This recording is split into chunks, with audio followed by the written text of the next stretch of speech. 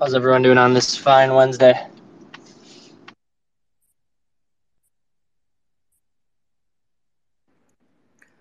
Definitely not too bad. I actually slept well for the first Let's see, time in we a got long Rebel time last DeFi. night. Good to see So you here.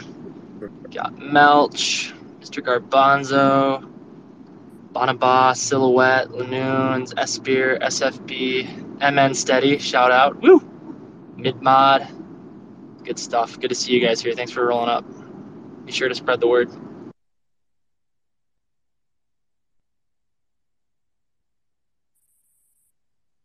I think this is the first time we're doing a Twitter space with two of the core developers. We have SysNJ.Silk, and we also have SBeam up here as well. So this is going to be a phenomenal opportunity for any technical questions, for like highly nuanced questions surrounding Shade Lend, Silk, arbitrage, pretty much anything. It's a really good representation here.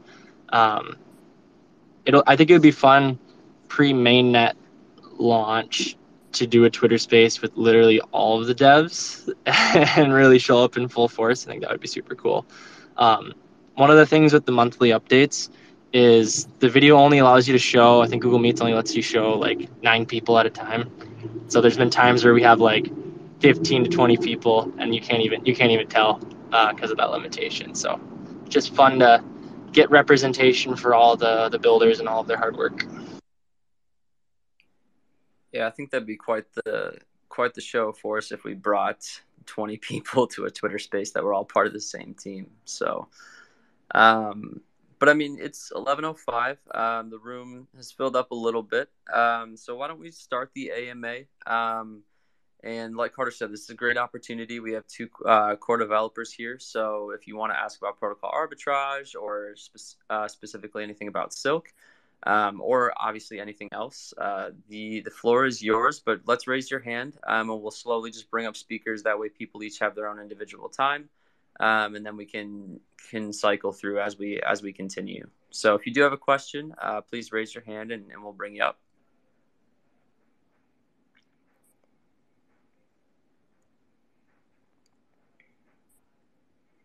Oh, did we lose Carter?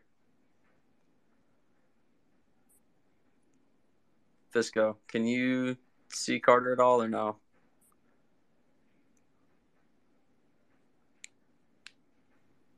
No, I'm not seeing him in here. Okay, maybe we did lose him. Looks like Melch has a question, longtime community member. Let's bring him up as a speaker. Awesome, Melch, you are on stage. SBeam. I was curious. I know Lend has been a lot of work. Wanted to see what updates he had there, and then also see when Lend is done, what kind of applications he's dreaming about building when he's post Shade Lend. So where Lend is right now, we're pretty much just buttoning it up before we send it out to do an audit. Um, we actually had it pretty close to complete a few months ago, and then we because of the scheduling for how we wanted to launch the primitives and stuff, we didn't want to rush things. Also, we had the Silk model change, so we took the time to make some improvements. So we're just finishing the code cleanup basically as a result of those improvements, and then we're going to send that out to audit, and then ship it with the rest of our products. I don't know exactly what our schedule is beyond fall, uh, but Lend is looking like it'll be on time. And then what comes after Lend? We have like 20 different ideas. It's a matter of picking one and doing it. So uh, I don't think I'm prepared to answer that question very concretely yet. And we just like to see what you devs are dreaming of. Thanks, SBeam, and thanks for letting me ask my question, Dulce. Yeah, absolutely. Like SBeam said, the Lend module has been quote unquote complete for a little while now. But with the model change and then with some last minute just changes, it's been good to just kind of make sure it's completely concrete and solid. And then yeah, we're buttoning it up and send it off to audits here shortly. But for everyone else who's joined, there's been quite a few people join in the last like 2 minutes or so. We're doing a just open AMA. So if you have a question for the core team, one of the core team members here, feel free to raise your hand, and we will bring you up, and you can ask your question, and we'll try and answer it to the best of our ability. We have 2 core developers here, SysNJ and SBeam. So SysNJ is our protocol arbitrage guy. So if anybody has any questions for that, or more so on the Mev side, feel free to ask. And then SBeam is our Lend and kind of Silk developers. So if anybody has any questions about Shade Lend or Silk in general, feel free to ask. But it looks like Melch is Melch. I'll move you back down. But if anybody else has a question, feel free to raise your hand, and we'll bring you up.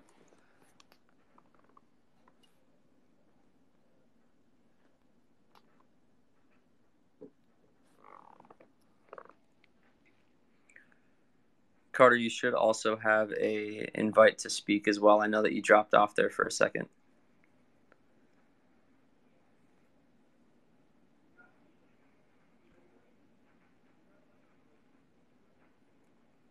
JT Montana with a question request. I'm bringing you up.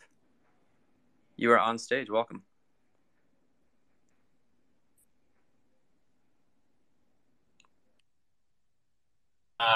Hands-free driving right now, so I'll pose a question. What is so special about protocol-owned arbitrage, and what does this unlock for Shade stakers? Yeah, so protocol-owned arbitrage is a really cool idea because it allows the protocol to use staking capital as another kind of like outlet for capital efficiency. Because a big question L2 protocols have is, well, what are we going to do with our staking capital? Like, we have all these tokens that are locked up for the user. How can we use that to benefit the user? And arbitrage is a great answer to that question because it's an extremely low risk way to lock up capital, and is completely liquid, and it's very low risk, and essentially you can earn any kind of yield. The yield definitely depends a little bit upon what the market's doing and the volatility in the market, but it's a good way. It's a good use of staking capital and an underrepresented form of revenue for a protocol. How does Shade Protocol manage to win arbitrage interactions? Because traditionally you have institutions, they have really fast hardware. They're kind of like, it seems like ahead of the curve when it comes to the speed game. So how in the world does the protocol that's kind of this, decentralized set of smart contracts, how does it compete? Yeah, so that's a great question because essentially arbitrage is normally just a speed game where the fastest person wins. And the way that we're planning on getting around that is essentially through a privilege. You can't win arbitrage fair and square without either being the fastest or having some sort of privilege. And so the beauty of this system that we're creating at Shade Protocol is, since we own all of our contracts, we're also able to whitelist contracts to cheaper transactions. And since you're able to privilege your contracts to interact with your other contracts at a discounted rate, you gain access to this exclusive range of profitability on these arbitrage trades. Because from someone who can't get around the fees trying to arbitrage, you can only arbitrage the opportunity down to a certain range where the prices are close enough, but they're not exactly the same, because you just lose a little bit in slippage and in fees. So if you're able to get around that little range where it's like not enough, you have this exclusive range where only our contract can arbitrage that. How does this impact the pricing accuracy of the DEX? Because traditionally, arbitrage is all about correcting prices. So what is the impact of the protocol being able to bypass certain fee ranges as it pertains to pricing accuracy? Essentially, this means that since we have a contract that is arbitraging prices on our DEX will have will consistently have the closest prices in comparing it to other L2 DEXs. So essentially, our DEX will be more efficient than your average DEX. Very cool. Those are all the questions I got. Thanks for answering. Yeah, perfect. Thank you, Jack, and then thank you, Carter, for asking that. Protocol arbitrage is a very, very interesting thing. It's also a very, very lucrative deal for the protocol if it's done correctly. But I did bring up JT. It looks like JT had a question. He raised his hand. So JT, you are on the speaker list. Feel free to ask a question. Hey, thanks, guys. So I had a question about Silk and kind of like in the greater Cosmos ecosystem, particularly with like how it ties in with IBC, because I know Secret Network has like all the privacy features where you can't really see everyone else's transactions. So how is that going to work? Like say if you'll use Silk on Osmosis or some other blockchain, how would that work? Yeah, absolutely. I think Carter or Christian is best suited to answer this one. Yeah, so essentially once you leave Secret Network, you lose the underlying privacy. So pretty much like there'll be a transparent version of Silk that lives on top of all the other IBC chains that essentially is a voucher that you can deposit when you're bridging back over into Secret Network to get the privacy preserving version of Silk. That's like a very simplified explanation of like how IBC tokens kind of interoperate between each other. Probably too simplified actually. But so yeah, I mean, that's why when you're on Secret Network using the Shade Protocol applications, that's where you're fully able to leverage all of those privacy features. But obviously Silk, even without privacy, is going to be a exceptionally strong stablecoin, no matter whether it has privacy or not. So it'll definitely be, we're aiming to get it as available as possible to as many DeFi applications all over the Cosmos because we want to drive utility for Silk, which makes it more demanded and more useful and more liquidity, and kick off that sustainable organic flywheel cycle based off of genuine demand from users wanting the service that is Silk. Awesome. Christian, do you have anything to add to that? No, I think Carter hit the nail on the head. Awesome. JT, does that kind of fully answer the question there? Yeah, thank you. Awesome. Yeah, thanks for asking. All right, I'm going to bring up Silhouette, it looks like, and then Red, I will bring you up after Silhouette asks his question. But Silhouette, you're on stage. Welcome.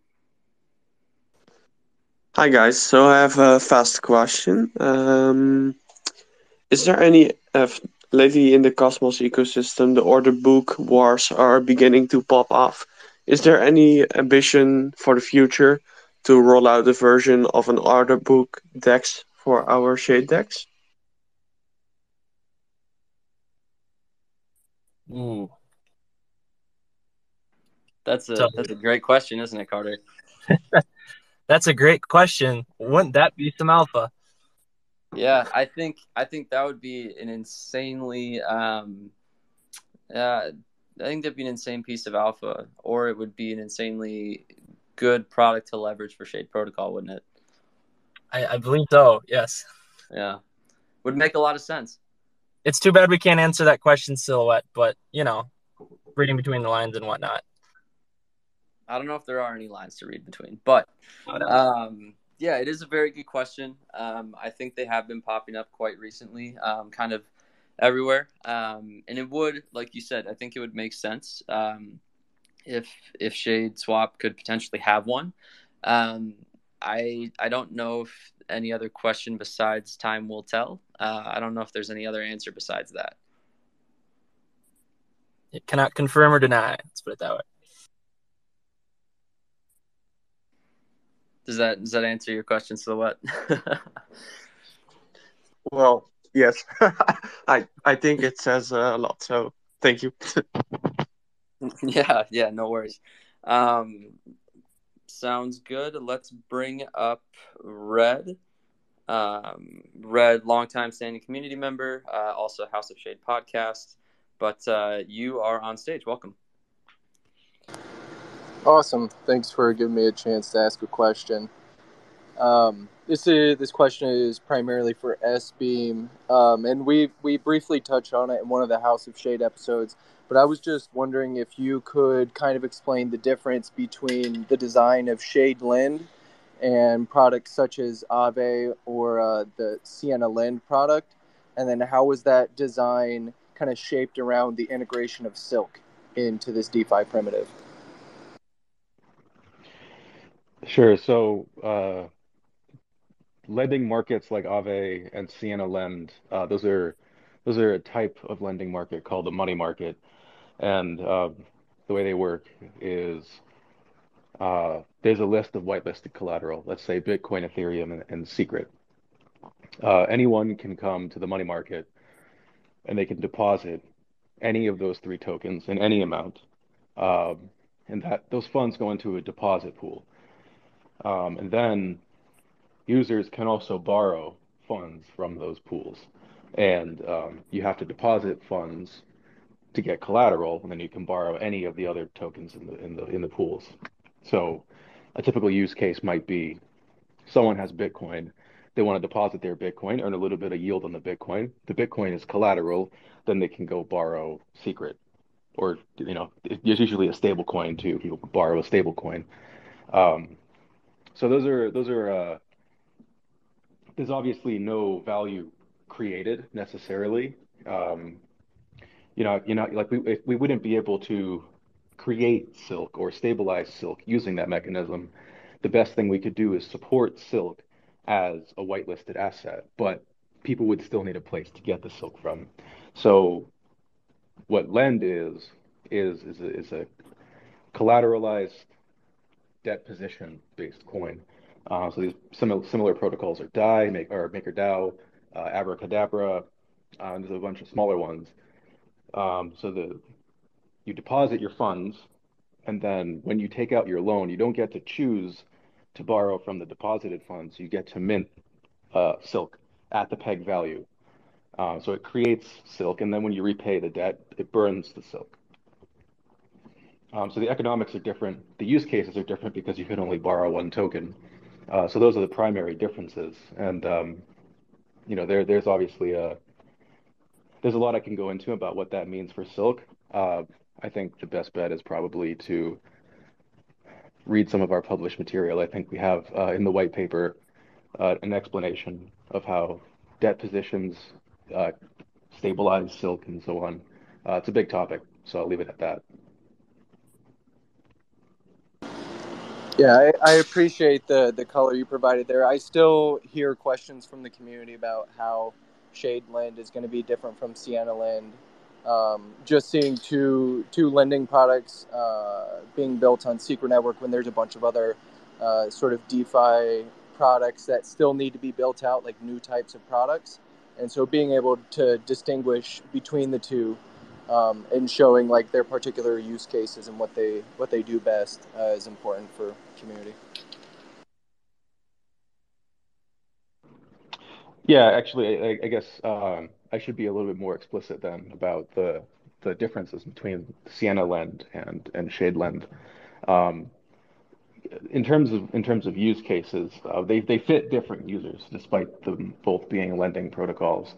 So the act of depositing collateral to collateralize a debt position is common among both, but generally the interest rates on Shade Lend will be better because on a market like Sienna Lend, the interest rate that you pay when you borrow depends on utilization. So if half of the money in a pool is borrowed, that's one interest rate.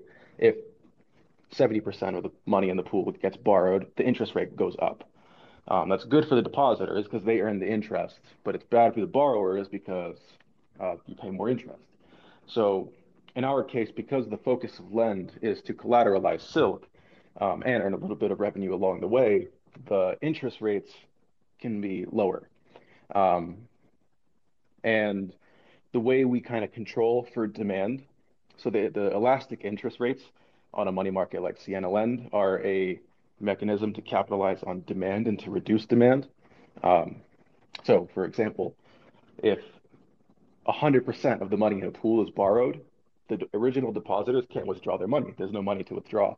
So you need some incentive for people to put money back in the pool. And oftentimes you'll see interest rates of 80, 90, or 100% in that case. So that kind of forces people to pay money back. In our case, we don't really care if you pay the money back. And quite honestly, we hope you don't. We want the silk to remain in circulation. But we still need a mechanism to control for demand and supply. And we do that with caps. So here's an example. If we allow you to deposit Bitcoin and we say there's a 1% interest rate on Bitcoin loans, we set a cap and say you can only borrow up to 5 million silk in Bitcoin. So the total amount of debt that we can all have collectively against Bitcoin is 5 million silk. So if that 1% interest rate is too low and there's too much demand for Bitcoin loans, we still won't create too much silk. So that's how we would control the supply without basically price gouging our borrowers. And then I guess the big difference is the currency that you get. In our case, you would borrow silk. In Sienna Lend's case, you could borrow pretty much anything except for silk. So if you want to borrow something else, yeah, you have to go somewhere else. Awesome. I really appreciate you making those distinctions, especially about how it directly impacts borrowers. And yeah, because I would assume that's most people that are interacting with these lending products. Obviously, some people are going to want to deposit some funds into something like a money market lending product. But yeah, I really appreciate you providing that sort of clarity. That personally clears up some things for me, and I hope a bunch of other people as well. Yeah, and we'll have, as we approach mainnet launch, I think we'll have a blog post specifically dedicated to Shade Lend that should explicitly outline all the user stories and kind of walk through at length everything that SBeam just walked through. So I think, yeah, we have so many products launching that education is one of our most difficult problems right now, is there's just like so many things that need to be covered. So any sort of misunderstanding of what Shade Lend is and how it compares to other lending products, like that's on us, the team, to do a better job of educating people. So definitely noted, and we'll improve on that front. If I'm not mistaken, SBeam, is there going to be a Shade Lend white paper? We did draft a white paper. I think at this point, though, the Shade Lend white paper is going to be part of like a V2 of Silk, or a V2's white paper for Silk. Yeah, the docs. Correct me if I'm wrong. Yeah, the docs right now have talk about at least the stability mechanism coming from Lend, but Shade Lend as a standalone app being fully explained, that's still being built out in docs. And the white paper is just such a silly beast at this point. It's just, we're just trying to wrangle it into V2 because there's just so many products we're trying to cover cohesively. So I appreciate it. I look forward to getting to dig through some more documentation when it comes out. Yeah, and I was going to mention, Carter, as well as like when all these products start launching out, our Git book of product is going to continually grow. So if anybody has seen that we've posted around on Twitter and all of our other social media, our Git book is going to be a living document that basically outlines Shade Protocol as a whole and all of the products that we're releasing. So if anybody, and it's not going to be a technical documentation either, so it's going to be a very digestible and very easy to read document that will outline all of those. So as we launch and release more products, that document will continue to grow. So just be on the lookout for that as well. But Red, thank you for asking those questions. Those are definitely very good questions to ask, especially on the differentiating on the market side as well as to how our products are different. One thing we could do too is we could spin up a Discord channel for docs feedback, just because we probably want as much user testing and user feedback on the readability of the documentation. So maybe we can kick off an initiative that just kind of, if anyone finds any errors in the documentation or has any questions because there's ambiguity in there, that would be really good for us to just continue to improve the quality of that documentation. Yeah, absolutely. We can definitely do something like that. I know that we had a question up here. I think his username was Austin. But if anybody, it looks like he's not here anymore. But if anybody does have any more questions, feel free to raise your hand and we'll bring you up.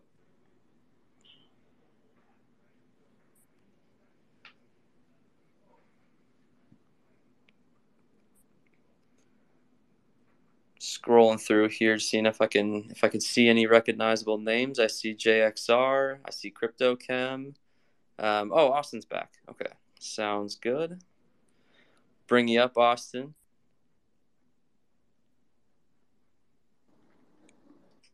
You are on stage. Welcome. Hey guys, thanks for having me on stage. I just wanted to see if you guys could quickly touch on how like cross-chain integration of Shade would look like in, like, I guess just a broad sense. I haven't done as much digging into the documents available now, but yeah, appreciate it. So yeah, great question, Austin. Obviously, multi-chain interoperability has to be a part of the vision of any protocol at the point that, we're in 2022, 2023, and obviously we live in the Cosmos ecosystem, which means that type of functionality is directly part of our end goal, because it's valuable for users to be able to use assets where they want them, how they want them, right? So simply put, once Secret Network upgrades to CosmWasm 1.0, we are able to have Silk Silk and Shade, because they're both SNP tokens on Secret Network. Both will be bridgeable to any other IBC compatible chain, assuming we have, I don't know if it's relayer dependent. I think that's just generally unlocked at that point. We could have a validator potentially comment on that. So yeah, that's the beauty. Once Secret Network upgrades CosmWasm standard, we immediately have, both of our flagship tokens capable of bridging to other ecosystems, and those products can immediately start, integrating with Silk and with Shade. I think the greatest demand will be for Silk on dexes all over the Cosmos. Like, we're going to be pushing, trying to get people to list it. Obviously, you want to be careful with speed of growth. We've seen like the potential downsides of like not having your liquidity in a good spot on kind of your home chain versus external chain. So I think like we definitely want to take the sustainable growth approach when it comes to bringing Silk to multiple ecosystems. And then from there, any sort of money market that wants to use Silk and Shade, like, we'll be on the lookout for that. Pretty much going to need the BD team to be full steam ahead on talking with teams that are interested in collaboration, creating pools that work together to deepen liquidity. Super interested too on like the stable front in Cosmos. There's so many stable coins emerging, and I've said this before, but stable coins are one of the unique products that actually work together super well. They don't necessarily have to be competitive, just because stable coins strong together, even though that's a kind of a Luna phrase from back in the day, is absolutely true. Like deepening liquidity collectively is a super strong use case. So that's kind of my rundown of what IBC will unlock. And Shade Protocol devs have actually been helping with the CosmWasm 1 testing, and have even helped work on some of the implementation work a little bit, which is something most people on Secret Network don't necessarily know about. So shout out to all of the devs helping on that front. Awesome. Yeah, that covers it completely. And I think like using the stablecoin integration for like DAO treasuries in the future is going to be a great way to deepen liquidities. So I'm excited. Thank you so much. Yeah, thank you, Austin. Wonderful question. Yeah, I think the the main point, especially in my mind, Carter, is the overextending yourself too quickly, right? It brings up a whole amount of variables in regards to liquidity and being able to wash trade and play with things regarding tokenomics, that if you didn't overextend yourself right off the bat, you'd be able to protect a little bit better. So I think that's been the downfall of some projects in the past.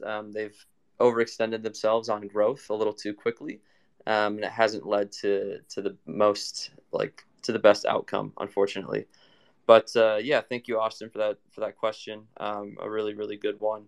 Let's bring the next person up here. Who's got the next question? I'll add in one last piece, because I think it's important to define, like, what does sustainable growth look like for Silk? It's as simple as this. Users demand their respective DeFi platforms to integrate with Silk because they want to use it, because it's useful, right? That's what like sustainable expansion looks like, is when it's the users that are kind of organically pushing their respective platforms to list Silk and to use Silk.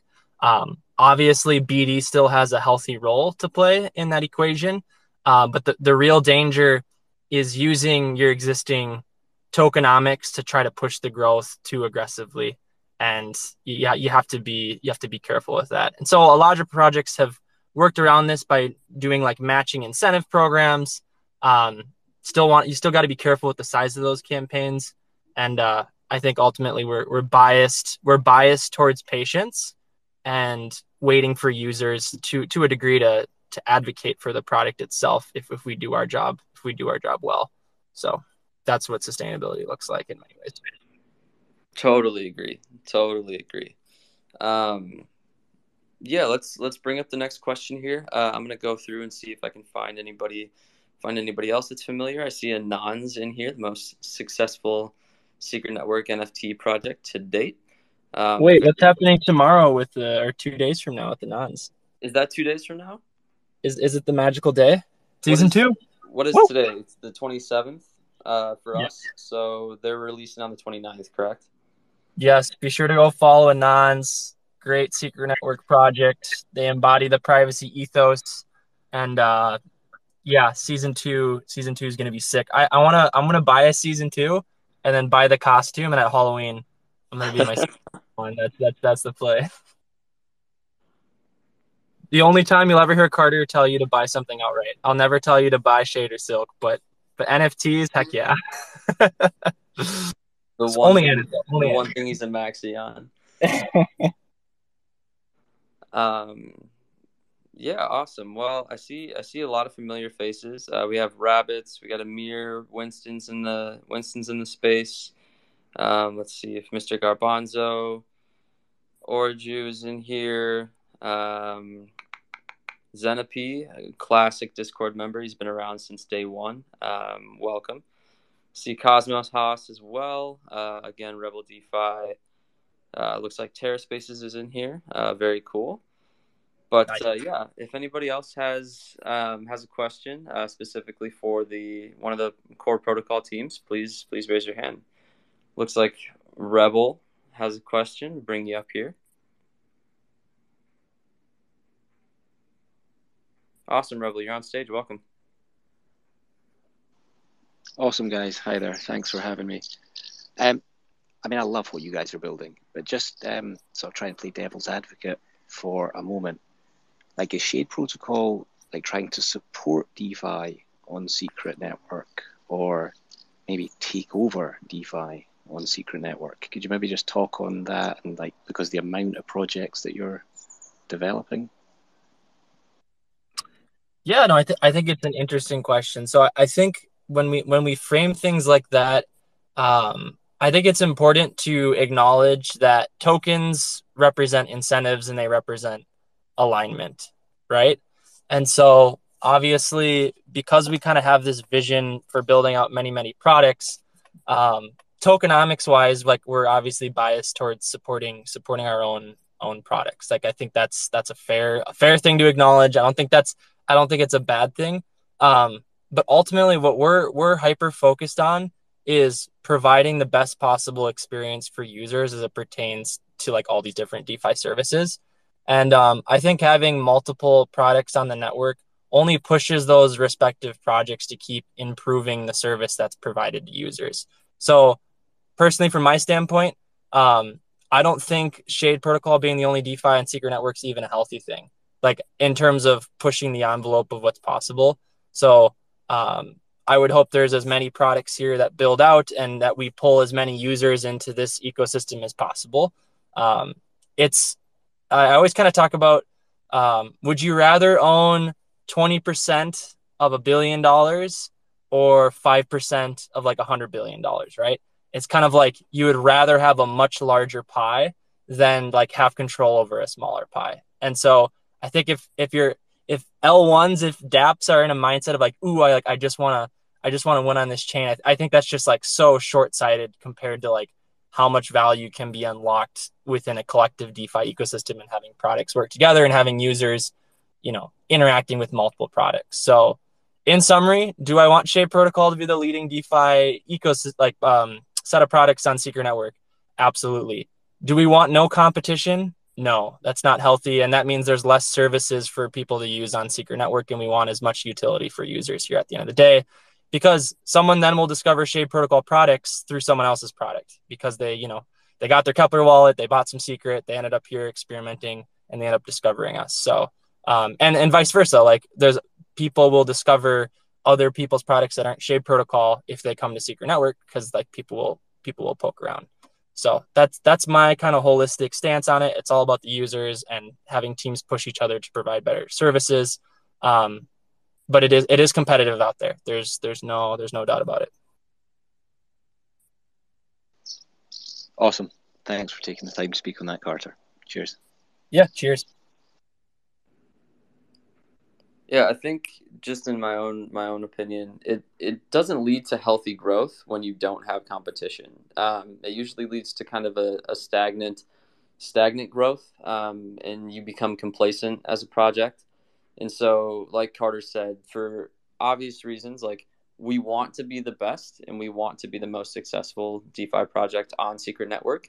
But of course, if we ever want to be innovative, if we ever want to push the envelope and continue to define what it means to have decentralized finance on the blockchain, then you need competition and you need people that are either in front of you or behind you as well to push you to create those new ideas and the new innovation paths to have a more efficient product or create a different marketing scheme that reaches more people. Like all of these different things that competition breeds, you need that. And so to not have competition, unfortunately, just leads to a lot of stagnant growth.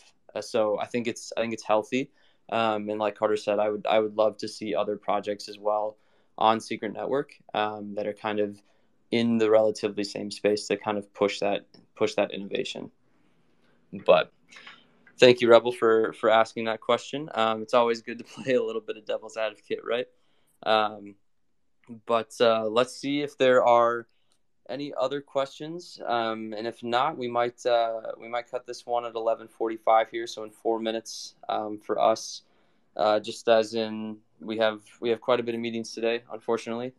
So if anybody has any final questions, please raise your hand, and we will bring you up on stage, and then we will be jumping off here in about 3 to 5 minutes.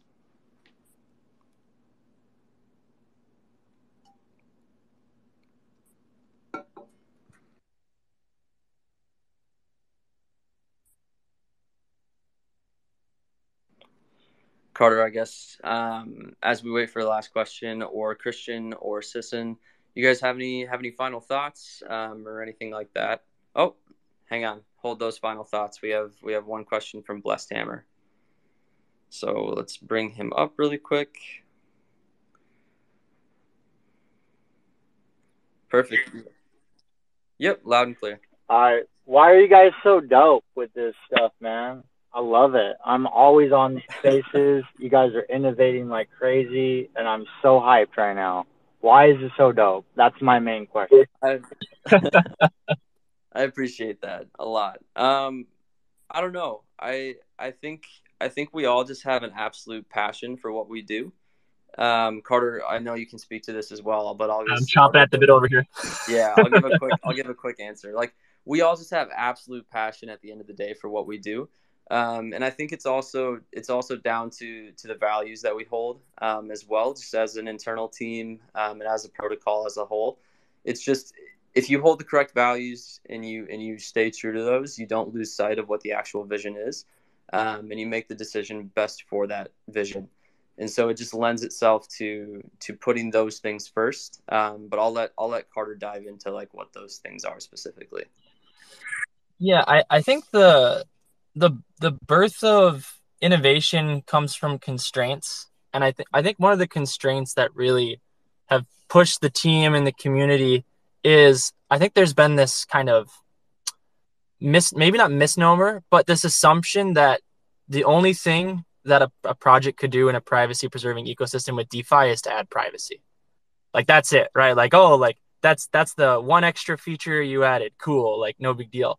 And I think from day one, we've always said that if we want to truly do something special, that adding privacy isn't like enough, which is kind of controversial, right? Like, we deeply, deeply value privacy, and privacy is extremely valuable, but we believe we have to go above and beyond to innovate. We have to innovate on DeFi itself and add on privacy. And so I think that kind of chip on the shoulder to be like, we're not going to settle for just, copy paste DeFi, add privacy.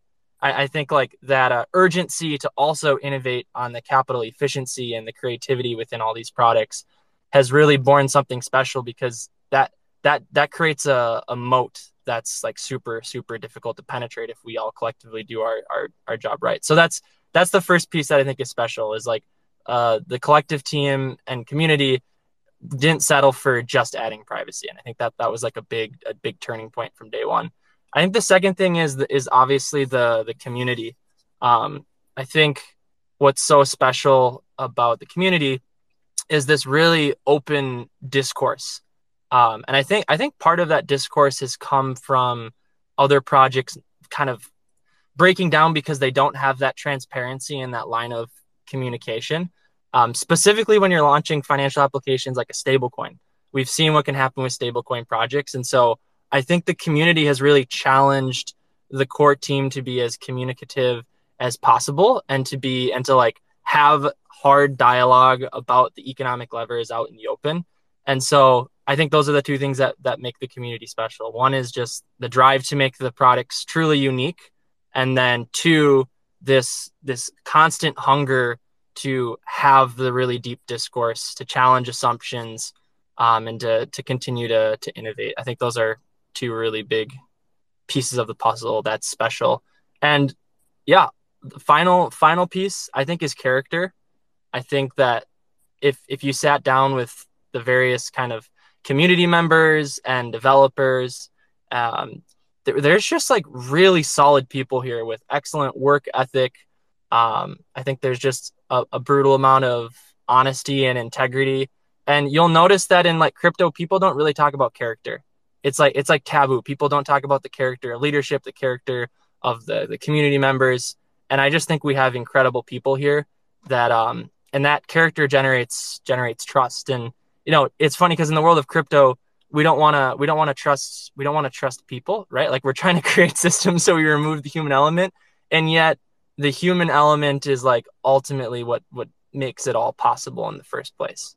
So that's an interesting little tension there when it comes to building things out. So anyways, those are some of my thoughts, Blessed Hammer, and just like super glad that you're stoked, and thanks for being part of the community and keep bringing your curiosity and excitement to the table. Yeah, thanks, man. Like I said, I'm on almost all of these spaces, and every single week you guys are bringing something new and innovative to the table, and it's just mind-blowing. I can't wrap my head around the possibilities that, you guys are just scratching the surface and then unlocking so much potential. And it's like, where do we go from here? I don't know. Let's just do it, though. And you guys are here building this privacy-preserving, yet transparent, open to the community, system. And it's amazing. So a huge shout out to you guys, Shade Team, Secret Team, all those guys working behind the scenes. It brings new love and interest and excitement and passion back to crypto that almost died for me personally a couple of years ago. So that's what brought me into the Cosmos was Secret. Community kept me here with all of the Cosmos teams on all the different chains, and I just think it's all awesome the way everything's just meshing together. So I just had to give a shout out. I haven't given a good one in a week or two. So thanks, guys. And that, my friend, is the stuff that keeps devs up till 4 a.m. right there. That moment right there, that like when you share that with us, that it goes a really long ways. Like I get, like, I'm serious. Like it's a lot. There's been many hours. So yeah, yeah, that's huge, man. I was just about to say that is the literal reason why we do what we do. And why we work with the people that we work with, for people to have that reaction. And that's our end hope as to how we make everyone that interacts with us feel at one point or another, that they're welcome here, that they're accepted, and that this is for them. And it's not just for a very specific person or a very specific group of people. It is for everyone. So yeah, like Carter said, that goes in unbelievable ways with us and with everyone who's in this ecosystem. But no, that means so much. So thank you, Hammer. Let's bring up Cosmo Haas.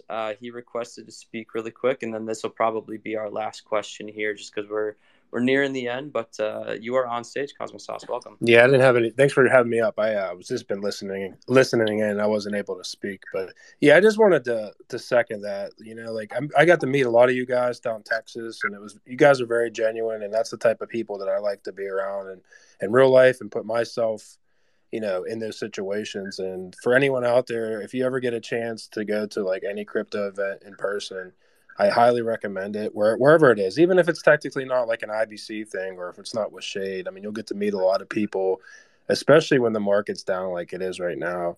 People that are there are very genuine. They want to be there. They're not there because their bags are pumping. They're there because they think this is going to change the future. And when I got to meet like the Shade team at the Central, and then at the Kilroy and all that, it was a very good time. It was like I knew everyone there like my whole life and stuff like that. So that's the type of people that are building this.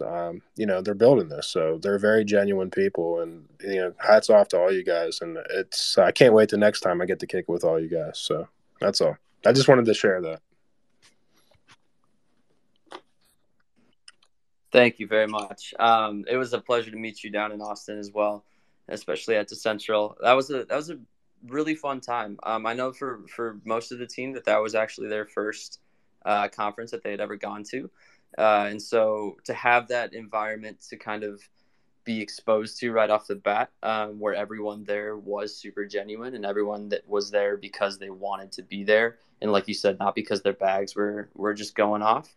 I think it was a really, really good introduction to like why we do what we do and why we're in this space in general. But appreciate that a lot. Yeah, my pleasure. Yeah, it motivates me too, like meeting everyone. And like it fascinates me like how excited people were just to meet me. You know, I'm just like a guy. I'm just a guy that loves technology. I'm technically a real life accountant, and it's like I do work hard, but it's just so cool to see all the passion, because I'm a very passionate person, and that's what I meet. And even in my shows, and I hop in this, everyone's got so much passion in Cosmos, and no matter what type of project it is or what chain it is, and it's just really great. Like I really feel like it's more than like just a technology. It's a movement, like you were saying. We're building these systems so you don't technically have to trust people, but really that's what it comes down to, is meeting genuine people. And you know, like Shade and Secret and all these different chains, it's almost like your identity. Like you can relate to it. It's like you own it, and it's a piece of you. So just keep doing what you guys are doing, and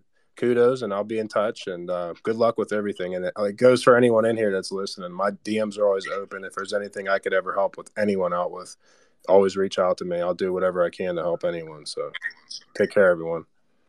Appreciate it, brother. I mean, I think you said something that resonated. Like we're all just regular people, right? Like everyone here is just a regular person that has a dream and wants to build something for the future. And that's why I think we have that passion because we know it could be something that ends up changing how we live and how we function in the space. So it's the what if. Yep. The what if that keeps you up at night, you know? Hell yeah, like, man. There's a very good chance, like 95% of what gets built anywhere won't be here in a couple of years. But it's that what if that makes it worth the risk, right?